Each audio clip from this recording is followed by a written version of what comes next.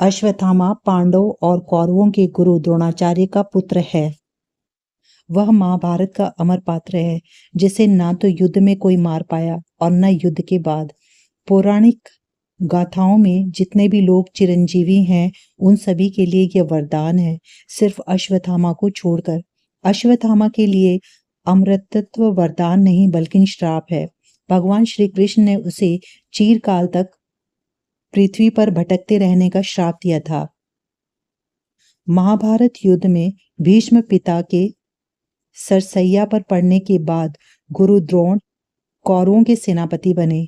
द्रोण और उनके पुत्र अश्वत्थामा ने पांडव पक्ष के कई दिग्गज सेनापति मार गिराए। यह देखकर श्री कृष्ण ने चाल चली।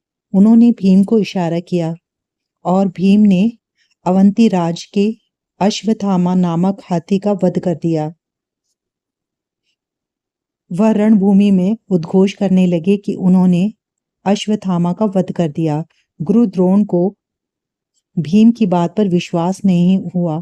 उन्होंने धर्मराज युधिष्ठिर से इसकी सत्यता पूछी, क्योंकि वह झूठ नहीं बोलते थे। युधिष्ठिर ने जवाब दिया, अश्वत्थामा मारा गया, परंतु हाथी बोलते समय श्री कृष्ण ने शंखनाद कर दिया, जिसके शोर के चलते गुरु द्रोणाचार्य हाथी शब्द नहीं सुन पाए। आचार्य द्रोण शोक में डूब गए और उन्होंने शस्त्र त्याग दिए। तभी द्रौपदी के भाई धृष्टद्युम्न ने तलवार से उनका सिर काट दिया। अश्वत्थामा प्रतिशोध की आग में जल रहा था। वह युद्ध समाप्त होने के बाद पांडव शिविर में पहुंचा। वहां पांडवों के 5 पुत्र सो रहे थे। अश्वत्थामा उन्हें पांडव समझ कर मार आया। उसने उत्तरा की कोख में पल रहे अभिमन्यु के पुत्र परीक्षित पर भी ब्रह्मास्त्र चलाकर पांडवों के वंश का समूल नाश करने का प्रयास किया।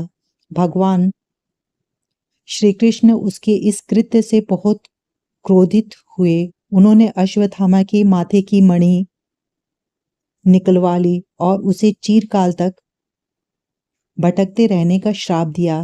कहते हैं कि अश्वत्थामा के माथे से मणि के स्थान से मवाद बहता रहता है। उससे जुड़ी कई किंवदंतियां भी हैं, जिसमें दावा किया जाता है कि वह कई मंदिरों में आकर पूजा करता है, मवाद को रोकने के लिए घी जैसी चीजें मांगता है।